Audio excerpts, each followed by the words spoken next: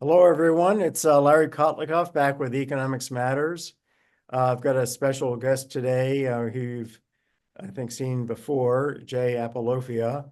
He's president of Lyon's Financial Planning. And Jay is an old friend at this point, a young old friend.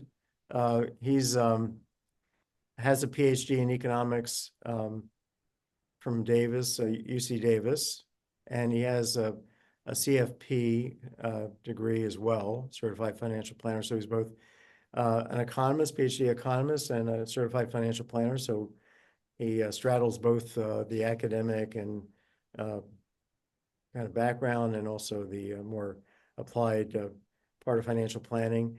And Jay worked for many years with Rick Miller's sensible financial planning software company and Rick's been using my company's MaxiFi Planner software. And then Jay went out on his own with with Lyon Financial Planning company, and he's again still using our software as his tool of planning. It's economics-based financial planning for those of you who are not familiar with this tool. We're going to talk today about Roth conversions and the fact that we have come up, we've modified or improved MaxiFi Planner, which is available at MaxiFi.com. And we've improved it to incorporate finding the best Roth conversion plan, best in the sense that it finds the annual conversion amounts, the amount you should convert every year, that will produce the lowest lifetime taxes in the future, lowest future taxes measured in present value. That's what I mean by lifetime taxes, and therefore permit you to have the highest increase in lifetime spending that you can possibly have from this tax option that we have, that the government gives us, the ability to convert from, for example, individual retirement accounts, regular IRAs, where when you take the money out, it's taxable, but then you can put it into a Roth account, and then the Roth money can accumulate tax-free, just like a taxable IRA would accumulate tax-free. But the key thing is that when you take money out of the Roth, it's no longer taxable. And it also doesn't impact other taxes like taxes on your Social Security benefits, nor does it impact your Medicare Part B premiums. So, Jay, say hi and say a few things about Roth conversions. It's a very complicated business, Roth conversions. We should talk a few minutes about how the whole thing works, back and forth a little bit. So start us off here. Yeah, great. Thank you so much, Larry, for having me. This is a real honor. Excited about today, and yeah, this is an incredibly powerful tool. I mean, MaxiFi is incredible, but this is a real shocker. Maybe it'll put some people out of business here. It's really doing some pretty fabulous work on figuring out the optimal Roth conversions, which Larry's going to talk more about, of just how complicated the math really is. But yeah, so we talk a little bit about Roth conversions. I mean, why in the world would anybody do this? Okay, I think the idea is pretty straightforward at its most basic. 101 level is, if I'm in a lower tax bracket, let's focus on federal income taxes, for example. If I'm in a lower tax bracket today than I expect to be in the future, then let's not waste those low income tax years. Let's actually realize more income and pay taxes at a lower rate today than I would otherwise have to pay in the future. That's kind of like the basic math 101 of Roth conversions. The idea is that I'm basically moving money from a pre-tax account to a after-tax Roth account. And I actually get more after-tax dollars by doing that. I know we'll probably talk more about that. And if I can pay the taxes from cash or my brokerage account, for example, I can just get more after-tax dollars and save over a lifetime, potentially hundreds of thousands of dollars in taxes, as Larry would say, as MaxiFi is going to show, why would I do that? Well, I can increase my discretionary spending, right? It frees up more assets to spend on everything else. So that's kind of the 101 of Roth conversions. But how much to convert, when to convert, is pretty complicated, and we can have a little bit of back and forth. But I think the conventional approach is pretty simple. Is, you know, any tax planner who's actually thinking about this might say, hey, realize enough ordinary income this year, possibly via Roth conversions, to push yourself up to pretty close to kind of the marginal federal marginal income tax bracket of where you expect to be in the future. And Jay, what we're finding with the new feature that we call it the MaxiFi Roth conversion optimizer. That's our term for this. Basically, when you run MaxiFi, you have the option to take any profile, any profile consists of all your information about your resources and any special expenses and any assumptions about maybe Social Security benefits will be cut or taxes will be increased, or when am I going to take Social Security? So retirement decisions. So that's a profile. And MaxiFi has, you can just run that and the program will have figure out how to have a smooth living standard for you, given your resources, so that you're not going to be starving in the future and splurging today, or splurging today and starving in the future. You want to be like a squirrel and even out your acorns that you're eating over time between the summer and the winter and the fall and the spring. But so that's the basic thing it does. But then it also has the reason it's called MaxiFi is that there's a button you can hit where you can have the program optimize over complicated things like when to take which particular Social Security benefits. There are about a dozen Social Security benefits, depending on your situation, your demographics, and your spouse or former spouse's earnings history and your earnings history. It's very complicated what to take, how to get the most out of Social Security. The program figures that out for you. It figures out when is it best in terms of taxes to start taking out your taxable retirement account money, start smooth withdrawals. But it's also figuring out if you have Roth money already, when do you want to, how you want to take that money out, whether you want to take it right away, earlier, before you take your money from, let's say, your taxable IRA, or whether you want to take it last, after you've exhausted your taxable IRA. But then you could also take it out proportionally. We're adding that feature as we speak to the program. But then there's this other thing that we've just added, which is the Roth conversions, which is complicated because it's not just the federal taxes that you emphasize that are very important that come into play, but the fact that the federal taxes also involve taxation of, under the federal income tax, of Social Security benefits.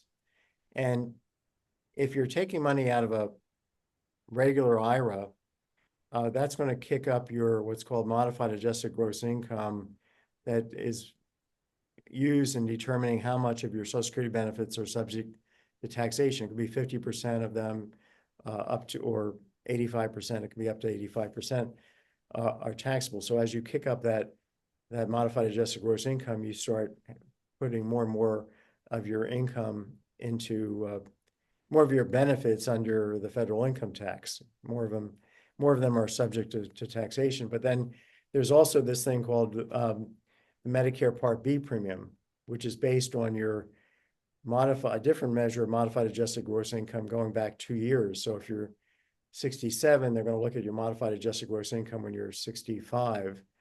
And if you've taken out a lot of money from your IRA when you're 65, that's going to mean that your 2 years later, your Medicare Part B premium, which is called the IRMA tax. It's really an extra tax. They call it a premium, but it's really just a different tax. And there's 6 different brackets. So you can kick yourself into a higher bracket. Just like if you have more income, you can, under the federal income tax, taxable income, you can kick yourself into one of the seven federal income tax bracket, a higher one of the seven federal income tax brackets. So there's seven federal income tax brackets. There's six IRMA brackets. There's two Social Security income tax benefit income tax brackets. There's two brackets beyond which Social Security benefits are first taxed 50 cents on the 50 cents of every well, yeah, as you move into that first Social Security bracket, it's an extra 50 cents on the dollar of benefits are subject to taxation, and then 85 cents on the dollar of benefits are subject to taxation. And then we also have state income tax brackets. Hawaii has 12 different brackets. I think California has a number of brackets as well. I think the top bracket's 13%. The bottom is probably close to zero.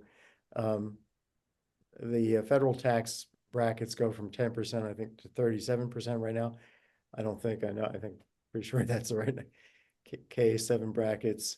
And then another key thing here is that if you do Roth conversions, if you take money, let's say you're putting money into Roth accounts from regular IRA accounts, and you have to pay taxes when you make this conversion. You take 50,000 bucks out, let's say, and you put it into the Roth.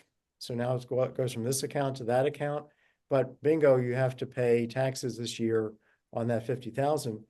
But this reduces in the future the amount of your taxable retirement accounts that are subject to required minimum distributions. So once you have the money in the Roth money is no longer subject to retirement, is not subject to retirement required minimum distributions, RMDs. And therefore, in the future, you have more money that can kind of accumulate tax-free, and it's not you're not being forced to take some of it out that was accumulating tax-free and pay taxes on it and put it into your regular assets. You can just let it sail along and accumulate tax-free. So there are 4 different tax systems involved here, plus the impact of the RMDs. It's You missed one, Larry. What? What about capital gains? There's 4 in a brokerage account. There's 4 brackets, I think, 0, 15, 20, and 23.8 technically. There's also So capital gains taxes, yeah. even more complicated. It's complicated. And so obviously having regular assets, but having them in the form of capital gains or investing them in assets that are producing capital gains, and then your capital gains are being taxed at preferential rates, that complicates the story even more. And MaxiFi lets you tell us about the degree to which you are receiving regular asset income in the form of capital gains. And it knows to try and defer your capital gains to the extent it can. And it asks you about your unrealized capital gains. So it's very complicated. It's far beyond just looking at your federal income tax brackets. Indeed, as we're going to show you today in an example, it could be optimal to go big, or for some people to go big or go home, in the sense that you basically want to convert almost everything or everything that you might be able to convert, all your taxable IRA money, for example, and convert that over a few years or maybe over 10 years, but basically in the short run, convert everything or close to everything, and even push yourself into the highest federal tax bracket, because the value of paying much lower federal taxes in the future, state taxes in the future, not facing RMDs in the future, not facing as high a degree of taxation on your Social Security benefits, not facing significant higher IRMA premium taxes, and that IRMA schedule is unlike any other tax schedule. You could have an extra dollar too much of modified adjusted gross income. So I think one of 5 different measures of MAGI back 2 years ago, and that can increase your this year's IRMA premium tax by $900. So it's completely discontinuous. I mean, and basically your tax can jump on the basis of an extra dollar. So the marginal tax on that extra dollar is essentially infinite. Okay, you have an extra dollar 2 years ago, bingo, $800 more. So 800 over a dollar is 800%. 800 or 80,000. It's very high. It's a very big number. Yeah, it's a very big number. So this is not just about marginal, smooth tax, it's about a highly nonlinear, crazy kinked frontier of taxes. And MaxiFi has come up with a methodology for globally looking at, well, should we really go big or go home? Should we really do a whole lot of conversions, even if it puts us in a very high marginal tax bracket, federal marginal tax bracket, because we can basically, save in these other dimensions in the future. But we have to look at all the possible conversion paths, not just the total amount that we're going to convert over our lifetime, but also how to do it year by year. And when we look at a conversion path and compare that with this conversion path versus that conversion path, and a conversion path is the total amount to be converted, but also the timing, we have to make sure that everything's internally consistent. And I'll just say this one thing, and then we'll kick it back to Jay for an actual example. But what do I mean by an internally consistent conversion strategy or plan? Well, if you haven't converted anything, let's say, just as an example, and you think about converting a certain amount for the next 10 years and maybe nothing thereafter, it's a conversion plan. Maybe it's not the best, but that may save you extra taxes, may lower your lifetime taxes. And that's going to, according to MaxiFi and according to common sense, allow you to spend more. But by spending more, that's going to lead to you're having less assets through time because you're spending more. Well, you're going to have some tax savings. So it's going to change your asset path, okay? And it's going to change, therefore, your asset income. And therefore, it's going to change your taxable asset income. And therefore, it's going to change your taxes. So the Roth plan is changing your taxes, but that's changing your spending path. That's changing your tax path, which is going to change your spending path, which is going to change your tax path. You have to make this all internally consistent.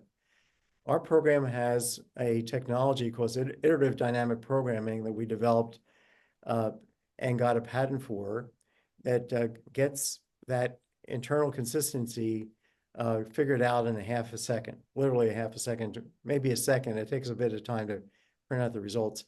Conventional planning doesn't do anything that's internally consistent because it asks clients to, or people using conventional planning tools, and if you have an advisor, they're almost surely using some kind of a conventional planning tool, not MaxiFi, because we don't have that many advisors using MaxiFi. We hope to increase that number, but they're asking you what you want to spend.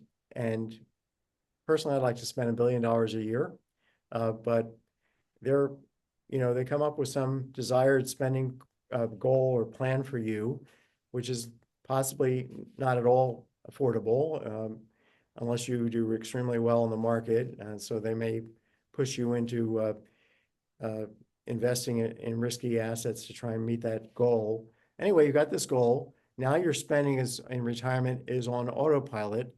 And then they think about Roth conversions that may save you taxes, but their assumption is that that's not going to impact your spending. You're just going to let that accumulate, grow inside your brokerage account. The advisor will have more assets to manage, more assets to charge fees on, and then you'll just leave that to your kids. So conventional planning is all about doing Roth conversions from the perspective of conventional planning is about saving taxes so you can leave more money for your kids and leave more money in your account for your asset manager to manage. So this is not internally consistent, because when you do save taxes, you are going to spend more. And therefore, the whole conversion plan is not necessarily going to be consistent. It's not going to be the optimal one, given that your behavior is actually not going to be just to spend at that level if you've actually saved taxes at that goal level. Anyway, there's a big difference between what we're doing and what conventional planning is doing. I urge everybody to, if you're using an advisor, to have them run you through our software and see the difference. Let them show you the difference. Or we have advisors like Jay and others who are listed on our website who actually use MaxiFi as their main tool. Or you just pay $149, get the premium version of MaxiFi, run this yourself. We have tens of thousands of people doing that. Jay, take it away. Show us an example of the new Roth conversion optimizer. I thought we were calling it, or you were calling it the Roth converter. Yeah, we changed the name recently. We decided to call it MaxiFi Roth conversion optimizers. Thought that it's Okay. it's a little more cumbersome, but it's getting closer to what the thing actually does. Right. Because Okay. it's optimizing. We want to get the word optimizing in. That's true. It's not just converting, it's converting in a very thoughtful way. So Larry, should I just kind of walk through this kind of base case and show the optimizer? Yeah, I can see your screen, so I think everybody can see your Okay, screen. great. Yeah, and just to preface this, this is a very simple case. I'm not actually finding kind of a go big or go home in every single case. So just want to flag that I think I am finding, I know Larry is finding that there are some times in which it's go big or go home. It's not the case for every single situation. And so part of today is just kind of showing kind of what I like to call squeezing the model. And if we change this variable, what's the impact on Roth conversions, which I think is very interesting. But to tee this up, I've created a single individual. In MaxiFi, it's called a profile. I often refer to it as a scenario. So in this kind of base profile, we've got Wanda here. She's 65. She's retired. She's planning to live to age 100. I've just kept it simple. There's no earnings. There's no pension. She's got a long Social Security earnings history. Financial assets. She's got $1 million in pre-tax retirement assets called a traditional IRA. And that's basically it. She's got $200,000 outside of retirement accounts. So think like a brokerage account. Okay, cash brokerage account. Housing, I made it very simple. She's renting.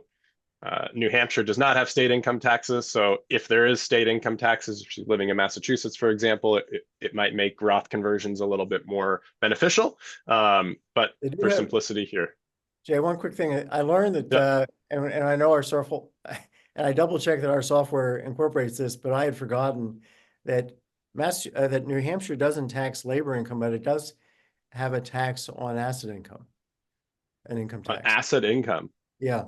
If you put her in Tennessee or Washington State or the other Florida states, or Texas or something. no taxes whatsoever, but there is this feature of income taxation in New Hampshire on asset income. Well, you learn something new every day. Then I'm going to leave it, but yeah, fair enough. I was just trying to keep this really simple. So that's kind of Wanda, and then and assumptions. Not going to go through all these. There's a lot underneath the hood here.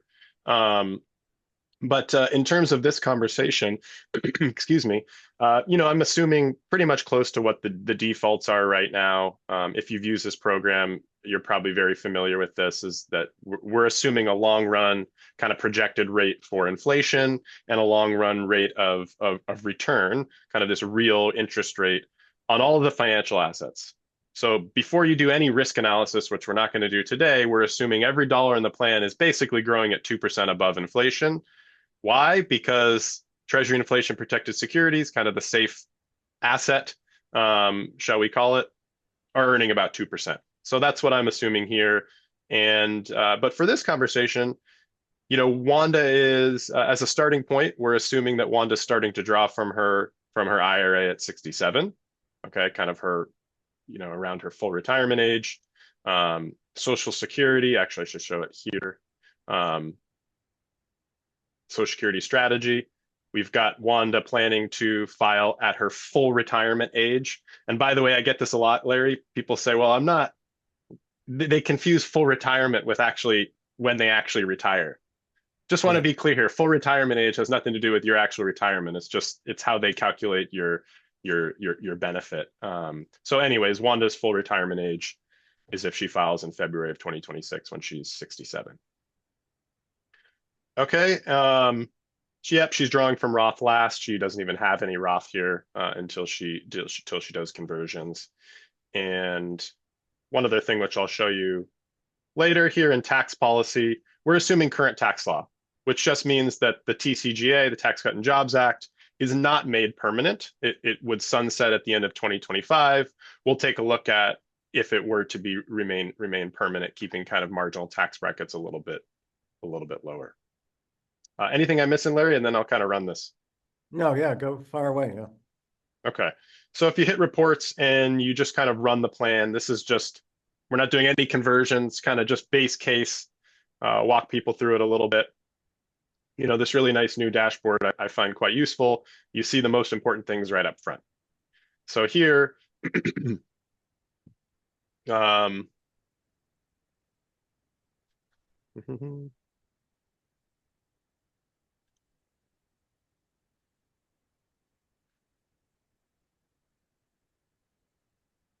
sorry, I'm just wondering if I changed something because the number seems a little bit higher, but we'll go with it. Okay. Let me rerun it. Note how fast this thing works, and it's all internally consistent. There we go. Yeah. I don't know what was going on there. Yeah. So discretionary spending for Wanda, which is basically the best way that I describe, Larry, to people what discretionary spending is, what it's not. So discretionary spending is not what your fixed spending is. So if we look at like the lifetime budget, Wanda's spending a whole bunch of money on kind of fixed expenses like housing. In this case, it's just rent. She's got to pay all her taxes. She's got to pay Medicare Part B premiums. The program is solving for what's left over. And what's left over is discretionary spending. And then it's doing kind of what I like to say is division, and it's smoothing it out over the rest of her life. And it's saying, hey, at a high level, Wanda, base case, she could spend about 47K per year, adjusted for inflation, through her maximum age of 100. Yeah. So that's kind of base case.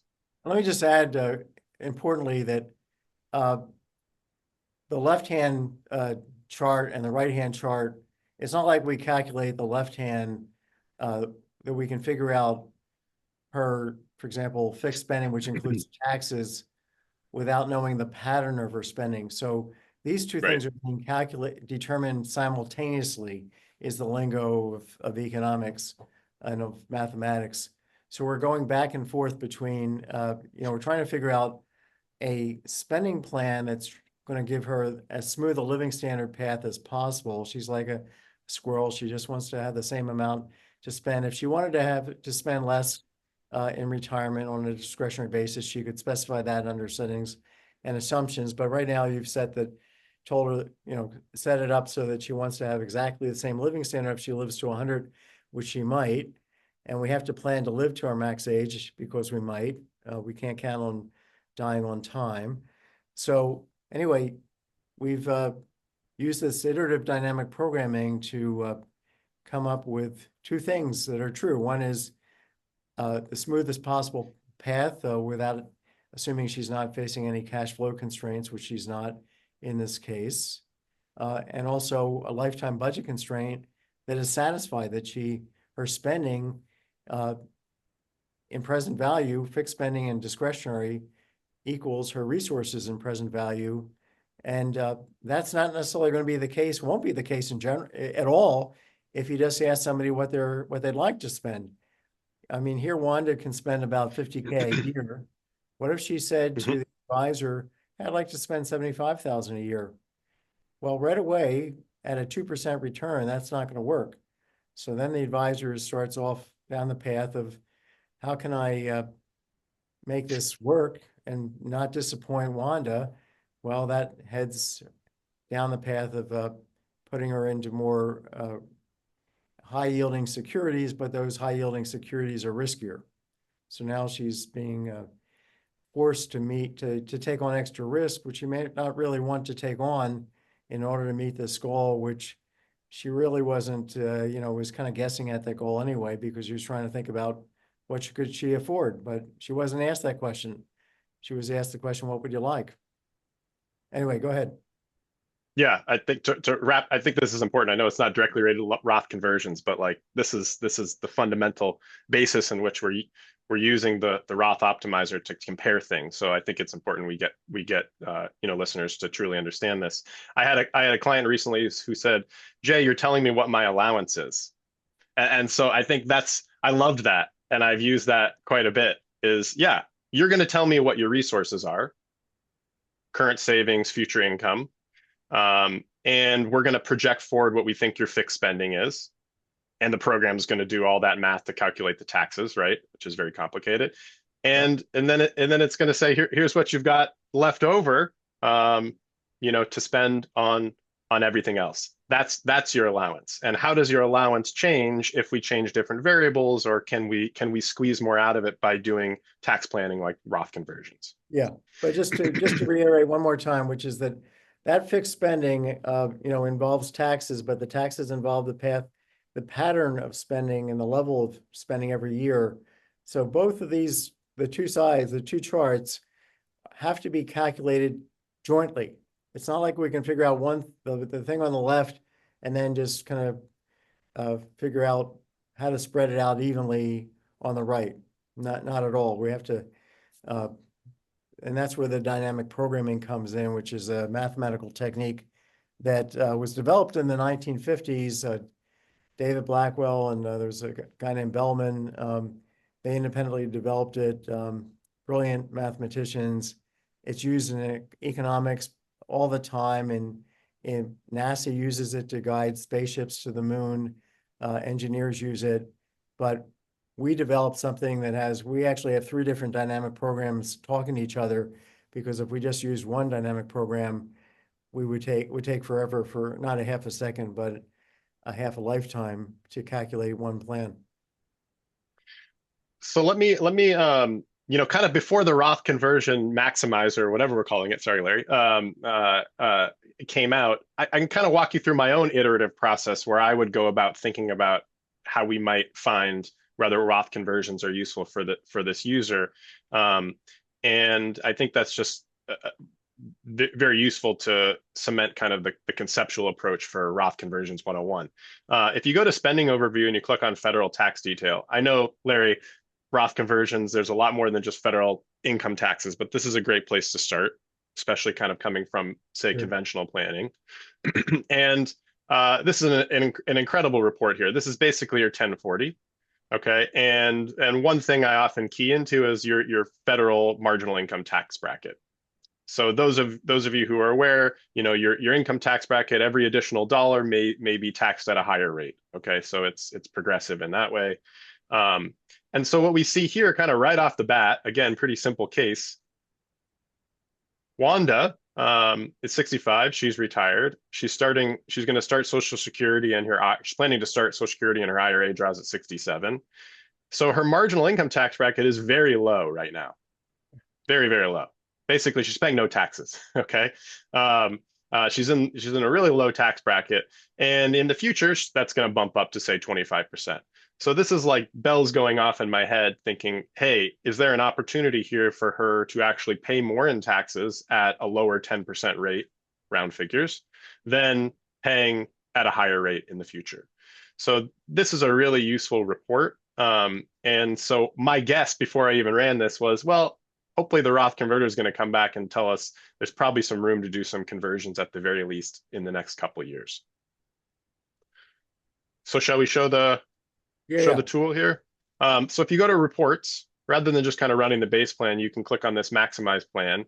A big caveat here is that a lot of this, I think, is going to be changing in the coming days for the better, making some of these things more intuitive and sequential. For now, I just want to focus people's attention on the last one, which is optimize Roth conversions. Okay, so we're just going to hit yes on that, and we're going to let the program work its magic. It's going to ask us one more question, which is relatively kind of complicated, probably not get into too much today, but basically, as Larry alluded to before, is if I'm doing a bunch of Roth conversions, I got to pay the taxes, and I want to pay the taxes from my regular assets, kind of cash brokerage accounts.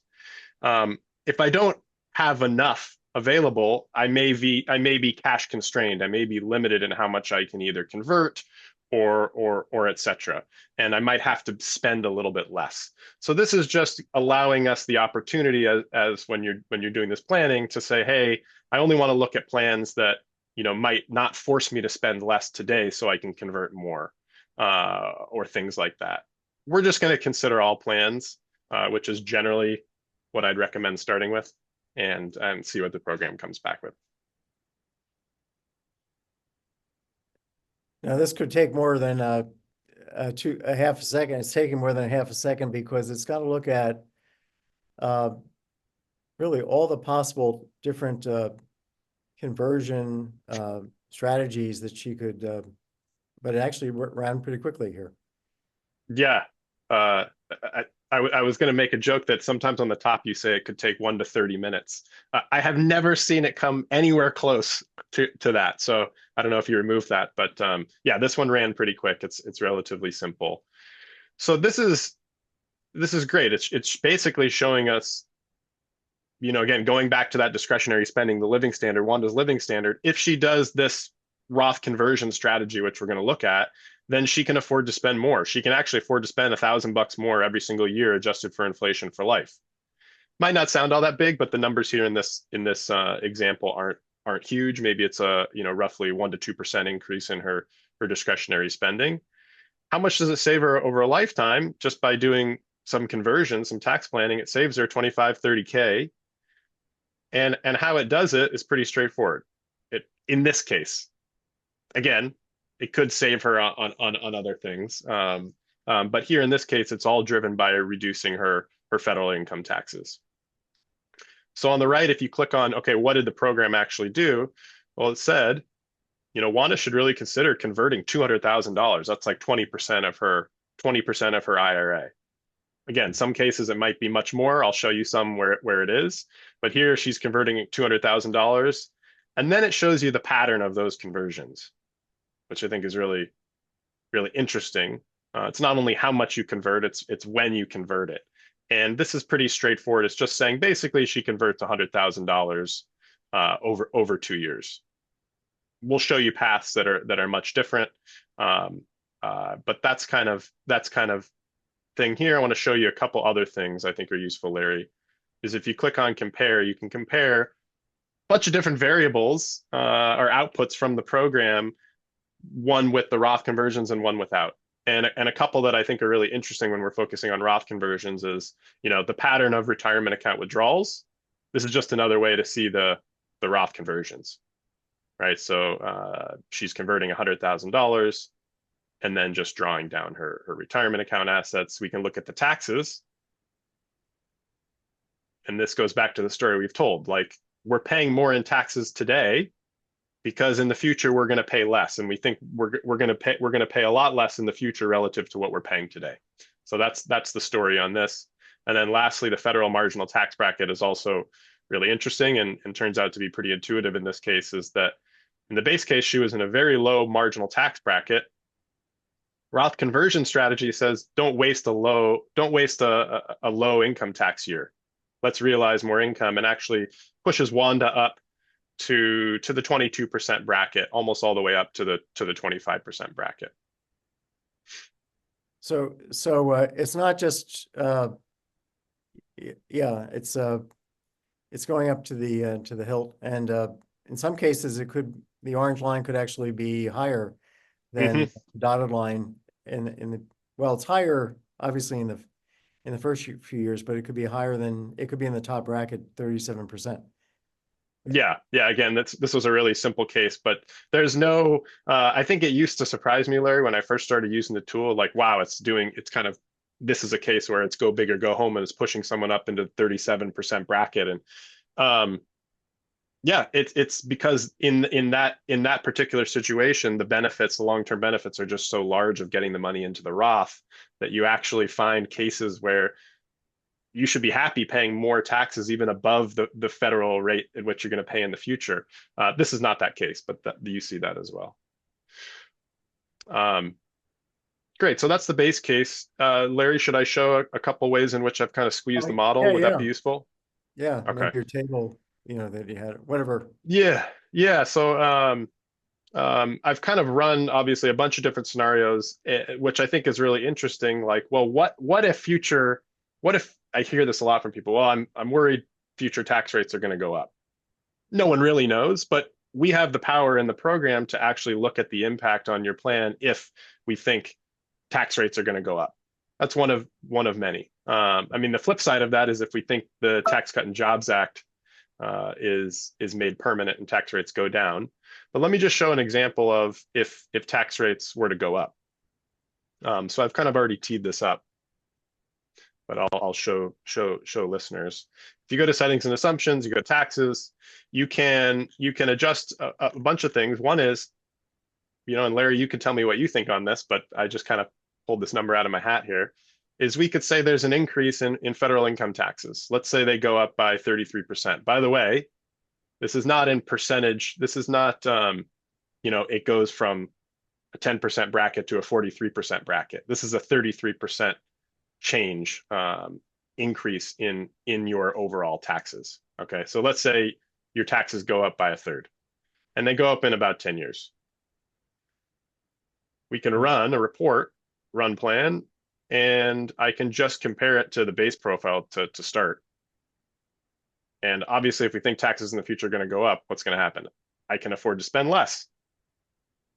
So the red line, Wanda can spend less, quite a bit less, actually. She loses like $60,000+ over a lifetime in higher taxes. But what's interesting is now if we run a report, I'm going to go run a report on this alternative profile, and I'm going to maximize it for Roth conversions. Let's see if this one's a little slower.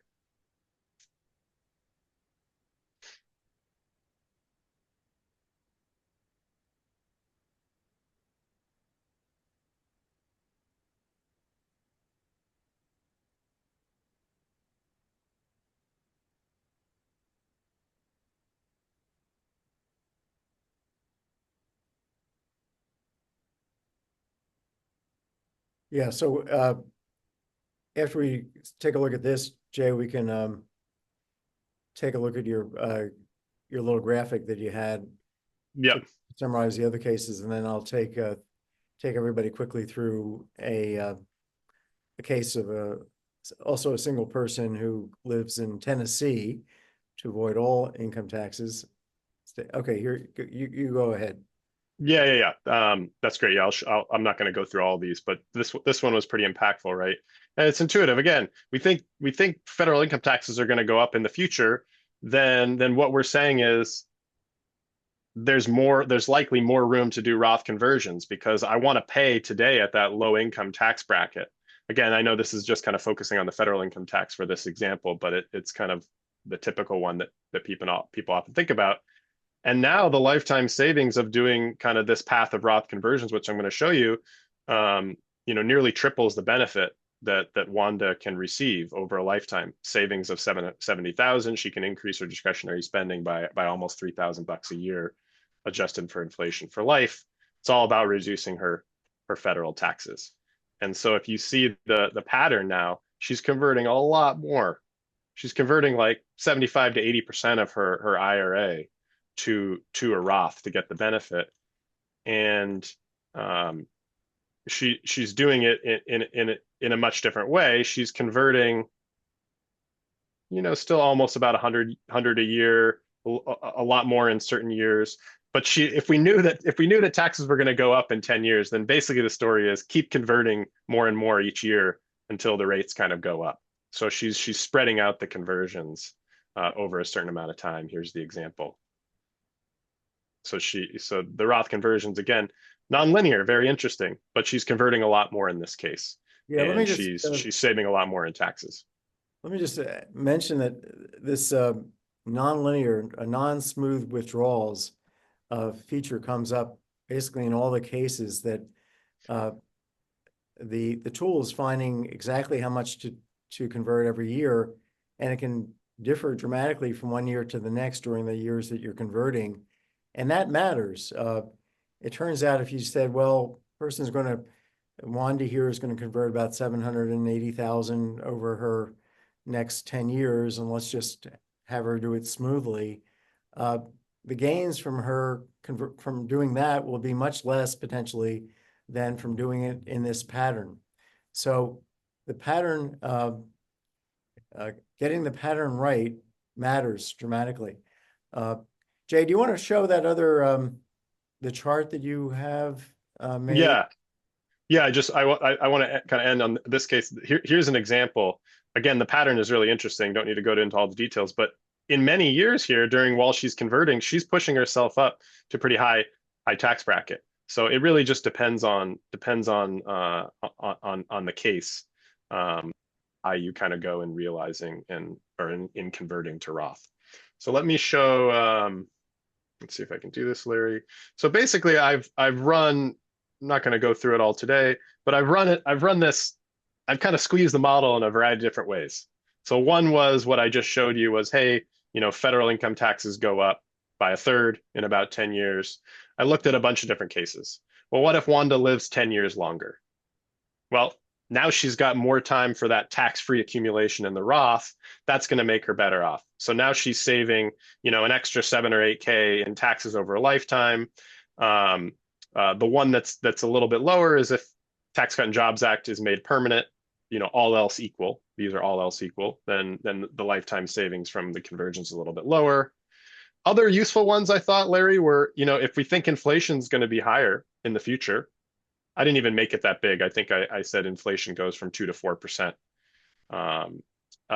Then having money in the Roth, again, growing tax-free, and you don't have to pay the taxes on the way out, then it's more beneficial to do the Roth conversions, and it's going to save you more. That's very Higher interesting. Medicare Part B premiums. Yeah, yeah. The two federal income, the two brackets for Social Security are not indexed to inflation, and also asset income is not indexed for inflation. So the more money you can be accumulating in the Roth, and the more you can be taking money out of a Roth that's not going to impact your any measure of MAGI, modified adjusted gross income, and is not going to kick up your Social Security benefit taxation or your IRMA taxation. The top bracket in the IRMA 6 brackets is not indexed for inflation. All that matters here. And so I think that's very interesting that higher inflation will come into play here. And did you increase the rate of return? Did you keep the real return fixed here when you ran that? I did, yeah. I played with that as well, but I'm not showing it here because I think it's a little bit non-intuitive and a lot more complicated. But this was increasing inflation, keeping just inflation. So yeah, and then other things I think that are actually particularly impactful. Obviously, we think tax rates are going to go up in the future. That can have a big impact, making Roth conversions look more attractive. Other ones that I found that make Roth conversions look more attractive, basically the timing at which you start kind of guaranteed income. So if you delay Social Security, if I have Wanda delay Social Security to age 70 rather than taking it at a full retirement of 67, which by the way the program finds is optimal in this case to maximize her Social Security, then running Roth conversions, she just basically has more runway. She can convert more, keeping herself in that lower tax bracket. So she's delaying Social Security, optimizing it, which also frees her up to just do more Roth conversions. So it's kind of like having your cake and eating it too, assuming you've got the cash to pay the taxes. Kind of similar thing with, if we push out Wanda's IRA draws here, I think I pushed them out to her either her RMD age or age 70. That's another way in which we can basically control how much room you have to do Roth conversions, and those things are all impactful. When I combined all these things together, Larry, not to say that, why did I do that? Who knows? But just to highlight, combining all these things together, if you're planning kind of conservatively, Roth conversions obviously become significantly more valuable. 408% increase in the benefit of Roth conversions for this individual. Yeah, that's almost a, 2.5 years of extra discretionary spending compared to not doing any Roth conversions.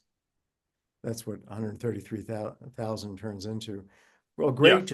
Let me, if you could just hand this, let me just hand the there screen you back go. to myself here and show my case. So my case is a he's actually a friend of mine who I've put in a pretend name. Let's see if I can get this thing rolling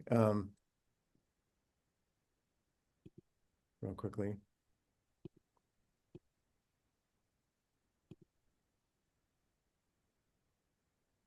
Oh, you know what? I'm going to do something different because I'm just going to talk to you about this case rather than showing you the software, which uh, you've just seen. I'll just go to a write-up in my Substack. I have a Substack newsletter and podcast, and this is our podcast, our Economics Matters podcast. So uh, everybody knows about Substack because you're probably watching it, but you might be watching this on Spotify or Apple. If you want to get a lifetime free subscription to Economics Matters, the newsletter and the podcast, we also have something called the Financial Riddler. Just email me at kotlikoff@gmail.com if you're not viewing this or listening to it on Substack itself. So this person, I'm going to call him John, is 65. He lives in Tennessee. He rents for $3,000 a month. He's single. He was never married, no kids, and he has about he's got 1.25 1,250,000 in regular assets and 1,250,000 in a taxable IRA and a regular IRA.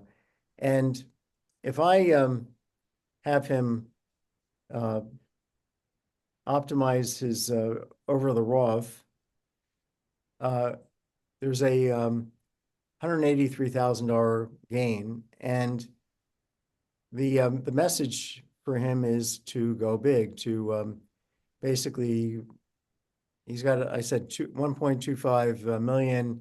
The conversion plan involves him converting about 1 million of the 1.25, and he does it according to this pattern over 5 years. If I um, have him, uh, yeah. So the taxes involved his paying under the base plan. He's paying pretty low taxes early on, and then high taxes later. Under this plan, he's paying very high taxes early, but lower taxes later, especially after 79. Much lower taxes, more like 8,000 rather than 37,000. So it turns out that those saving of taxes down the road really matter. And again, this is a case where, well, I wouldn't maybe not to say again, but in this particular case, John converts so much early on that he pushes himself into the 37% federal bracket.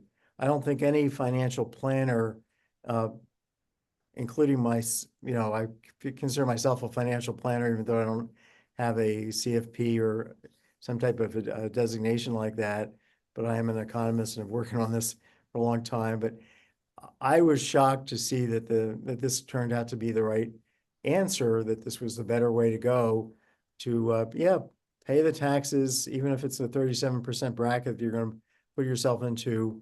And what about alternative assumptions? What if we have him have President Trump elect, when he comes into office, he gets Congress to keep the TCJA in place, make it permanent, as opposed to having it sunset in 2025, as is the case under current law.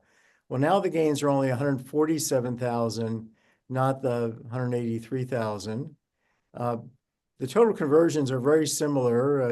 It's this amount versus this amount that you can see is about 1.07 million versus 1.09 million. But the conversions occur over 6 years rather than 5 years. So what about the interaction with Social Security? And Jay kind of gave us some info on that. So if he is taking Social Security right now, as opposed to waiting till 70, which is what we have in this base case, the conversion gain is going to drop by about $40,000. So when you're taking Social Security, it's very sensitive. The results are very sensitive to when you're taking Social Security, as they are to other things. So it's very household specific, is another way to put it. And I ran this interesting thing, which I kind of talk about in this paragraph, which is, and this is going to go out to all subscribers to Economics Matters. It's a newsletter. It's going to go out in a few days. I said, well, what if John is actually going to take Social Security right away this month, and he's not doing any Roth conversions? How much would he gain by maximizing his Social Security, which in this case just involves him waiting until 70 and collecting then? Well, he gets an extra $106,000 in increased lifetime spending. That corresponds to that's due to an increase in even more amount of money in present value benefits, but he has to pay taxes on those benefits. So on balance, he gets to spend 106 more in present value. But then how does that compare with the gain from Roth conversions? Well, so here he is going to take Social Security 65. He runs the tool. He sees that he can make $106,901 by waiting till 70 to collect. He decides to do that. And then he thinks about running the Roth conversion as well. And that adds another $147,837. So actually, the economic value of Roth conversion turns out to be bigger than the economic value of optimizing your Social Security. So this kind of gives us perspective. We have a lot of the industry rightfully helping people try and maximize their Social Security, but the general perception is that the gain from Roth conversions is much smaller than the gain from optimizing your Social Security.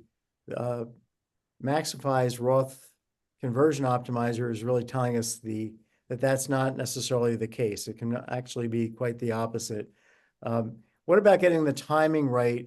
I said that before that the gains are very sensitive to doing it the way the tool says to do it. If you take the case where the TCJA is made permanent, and John is going to take Social Security at 70, and he does a Roth conversion, and he does it optimally, and that's over 6 years. He gets 147,837. This is the same number we saw before. But what if we smush that same amount of conversions over just 3 years? So we do a smooth conversion for over just 3 years, not 7 years. And it's just the average, it's the total amount that he's going to convert, which is around $1,090,000, just over $1 million. And we divide that by 3. And we do those conversions over 3 years. Well, now the gain goes down from 147,000 to a number that's $40,000 lower, 40,761. So he loses 40,761 by screwing up the timing of the conversions. So here's my final kind of message. I know. Can I make one make one comment on that, Larry? I think that's really, really interesting, and it highlights a point that I like to make a lot with users and clients, is that as amazing as this is, because it may very well saying you need to do Roth conversions over a number of years, which is fascinating. At the end of the day, doing Roth conversions is really like an annual tax planning strategy. You've got to go back, and what you're doing, I'm not making any conversions today that, I'm the only decision I'm making is how much to convert by December 31. So that example to me is a perfect example of why you want to run the program at least once a year, if not more, to get a good sense of, how much am I converting this year, assuming that I'm going to convert X in the future. Yeah. And I do discuss, and the sensitivity of what you should do to the situation, to the tax situation, to also maybe Social Security could be changed. The sensitivity might lead one to say, well, hey, maybe I should wait and see to with respect to these Roth conversions and not move now and just wait to see what changes. And of course, if you keep taking that perspective, you'll never do anything, right? But I write about this in this newsletter that most of the considerations militate towards moving right now because, the country, fiscally speaking, is broke. And even though the new incoming president wants to cut taxes for example, taxes on tips, and wants to lower the corporate income tax down to 15% from 21% and increase the SALT state and local tax deduction, and let people deduct their automobile auto loans. There's the overarching problem that the country can't afford to cover its future spending in the current situation, and we're super short of revenues, so that taxes are likely to go up. And so my view is to move ahead, do what the program says to do it now. If it says to move now, do it, and then keep, as Jay's saying, keep running the program through time and re-optimize your Roth conversions. So, Jay, Yeah, marvelous. one other thing, not to go off. I know we're running on the end of time here, but and none of us have a crystal ball. Right. Certainly I don't. But in that world that you're painting, where basically, there's significant tax cuts today, any good economist is saying, well, what about inflation? And so one thing that I found that was really interesting that I showed before is that another way to hedge against inflation, right? There's tips.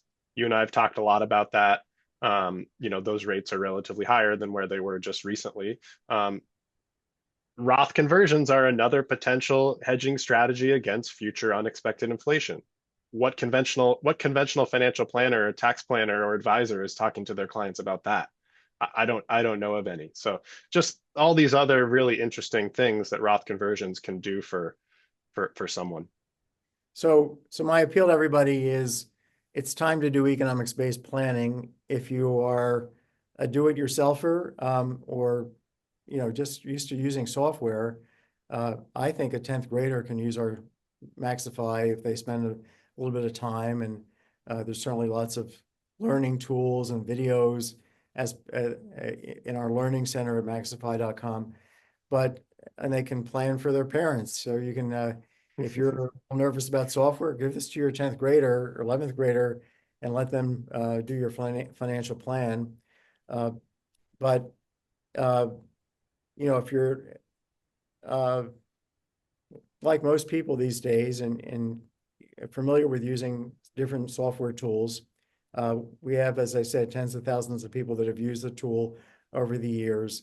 And so you can use it yourself. It's $149 at MaxiFi.com, MaxiFi.com, or your financial plan advisor, ask them to run the program for you and compare its recommendations about Roth conversions and everything else with what their recommendations are from their conventional planning tool. Or go see Jay or any of the other financial planners using MaxiFi in their businesses. And the list of those planners is at MaxiFi.com. You'll see one of the pull down menus at the top shows a link to a list of advisors using MaxiFi Planner. So many thanks for tuning in, and save yourself some taxes and go on a vacation. Take care. Sounds good. Thanks, Larry. Take care. Thank you, Jay.